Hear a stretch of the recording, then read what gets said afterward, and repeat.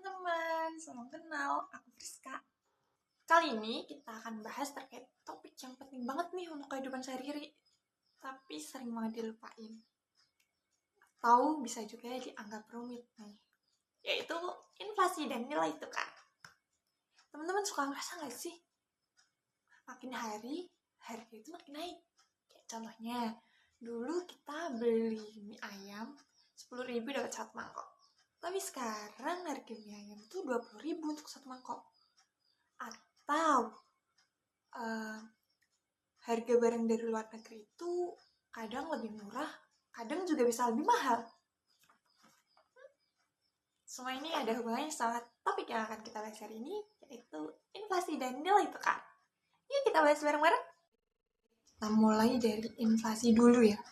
Jadi inflasi ini secara sederhana di mana harga barang dan jasa secara umum dan terus-menerus naik. Bukan cuma harga cabai yang naiknya cuma seminggu ya, itu namanya fluktuasi. Tapi kalau harga seluruh barang dan jasa itu naik dalam jangka waktu yang lama, itu namanya inflasi. Oke?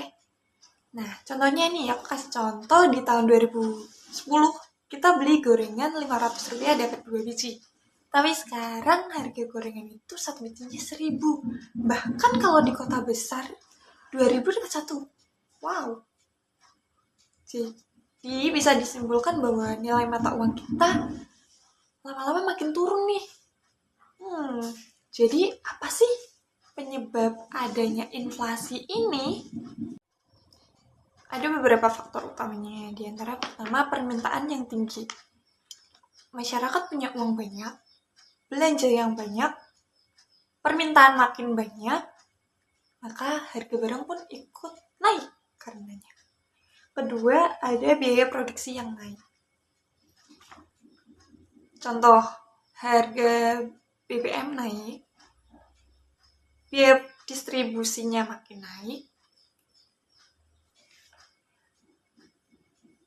semua barang ikut naik harganya. Ketiga, ekspektasi masyarakat. Karena masyarakat menganggap harga barang makin lama akan makin naik, jadi minta kenaikan gaji supaya bisa memenuhi kebutuhan sehari-hari. Karena biaya gaji naik, biaya produksi pun ikut naik, dan harga barang makin naik lagi, yang menyebabkan efek domino. Selanjutnya, kebijakan moneter yang longgar, di mana bank sentral terlalu banyak nyetak uang. Uang yang beredar di masyarakat makin banyak, jadi nilai mata uang yang beredar makin turun jadinya karena uang yang beredar terlalu banyak. Contohnya ada di Zimbabwe, di mana Zimbabwe dulu mencetak uang terlalu banyak, jadi nilai mata uangnya turun sehingga dalam 1 hari harga roti bisa naik 2 kali lipat. Bahkan untuk inflasinya mereka sampai jutaan %. Gila gak tuh?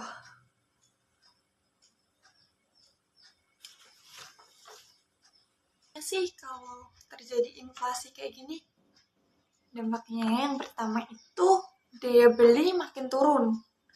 Orang-orang yang berpenghasilan tetap kayak misalnya guru, pensiunan, makin kesulitan untuk hidup. Yang kedua, kesenjangan makin lebar. Yang punya aset kayak properti, saham, itu makin kaya. Sedangkan yang ngandelin gaji makin tertinggal. Yang ketiga, investasi terganggu. Bisnis jadi bingung nih mau planning gimana karena harganya tuh bisa berubah-ubah terus. Keempat, masyarakat makin turun.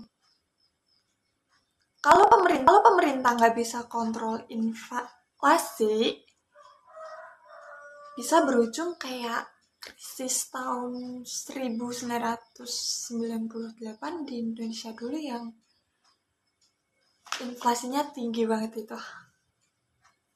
Terus gimana dong cara ngatasinnya supaya inflasi nggak terlalu tinggi? Jadi ada beberapa strategi supaya inflasi bisa turun.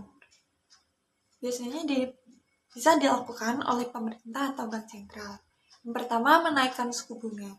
Bikin masyarakat ini malas ngutang dan konsumsi.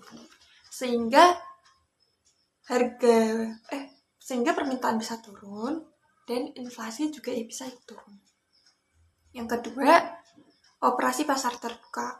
Bank sentral bisa menjual surat utang atau obligasi sehingga uang yang beredar di masyarakat ini bisa tarik, sehingga tidak terlalu banyak uang yang beredar.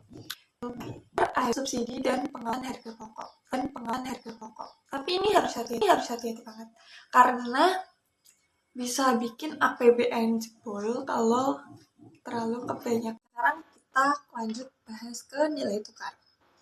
Nilai tukar ini harga mata uang suatu negara jika dibandingkan dengan mata uang lainnya.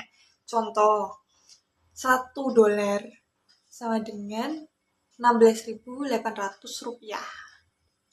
Jadi kita butuh 16.800 rupiah untuk mendapatkan $1. Gitu teman-teman. Nah, nilai tukar ini penting banget karena berpengaruh ke harga barang impor, pengaruh ke ekspor juga, dan berpengaruh langsung ke pariwisata, investasi asing, bahkan ke utang luar negeri juga. Dia mempengaruhi nilai tukar. Yang pertama, inflasi. Negara dengan inflasi yang tinggi cenderung mata uangnya lebih rendah atau melemah. Selanjutnya, suku bunga. Negara dengan suku bunga yang tinggi akan menarik investor untuk berinvestasi ke negara tersebut dan akan membuat nilai tukar uangnya naik. Selanjutnya, stabilitas politik.